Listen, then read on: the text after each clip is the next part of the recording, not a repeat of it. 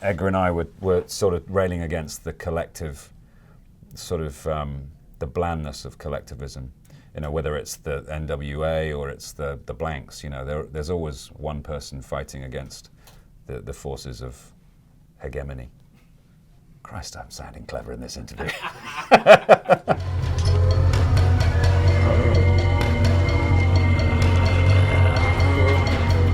Now listen, I'm not like the purist I used to be. I've seen fast zombie things that I've enjoyed. Train to Busan is one of the greatest zombie films, and they're running around all over the place. I don't think they have as much dramatic weight, fast zombies, because there's something incredibly creepy about the shambling dead. They're more of an effective metaphor for death when they just sort of come slowly, because that's what death is. Death doesn't always just run at you. We know it's creeping up on us right now. All of us in this room, it's creeping up on us, and it's going to get us at some point, and there's nothing we can do about it. And that, I think, is the beautiful sort of metaphorical power of the slow zombie, because they're like just lava, you know, they're just coming.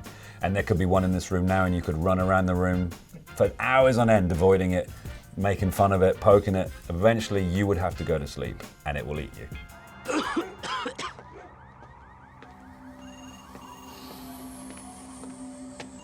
The very first shot we did on the first day was the second trip to the shop. So we did the zombie version, and then that afternoon we went back and we did the pre-zombie version. And that was Edgar showing the crew his metal. You know, it was like, this is what we're going to be doing for the next sort of 3 months or whatever. I can't remember how many times we did it, it's too long ago. Excited now to have a top band with us talking about their work for the charity Zombie.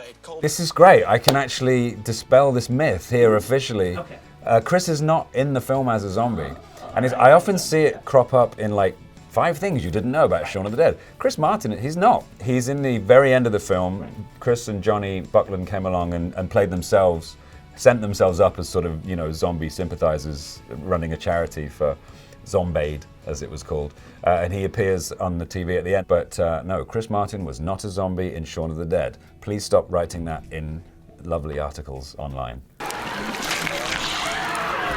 We had to have an evisceration, you know, I mean, as a tribute to George. And I think George Romero as a filmmaker, particularly for his incredible achievement in creating a modern monster in the zombie. The zombie before George was a kind of voodoo related thing. George kind of brought in a little voguish cannibalism, you know, added a bit of vampire mythology, the communicability of it.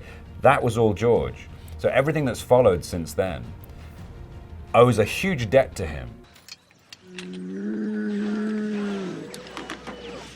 There can't be a sequel to Shaun because Ed's died, and Nick wouldn't do a film where he just had to grumble all the time. You know, he likes to do dialogue. Well, actually, no, he doesn't like learning lines. Maybe that would be perfect for him.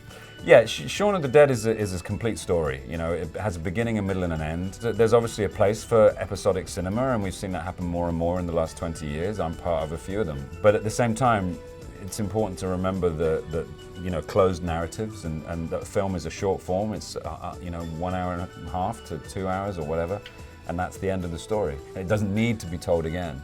The sequel to Shaun is Hot Fuzz, and the sequel to Hot Fuzz is The World's End. So we made the sequel.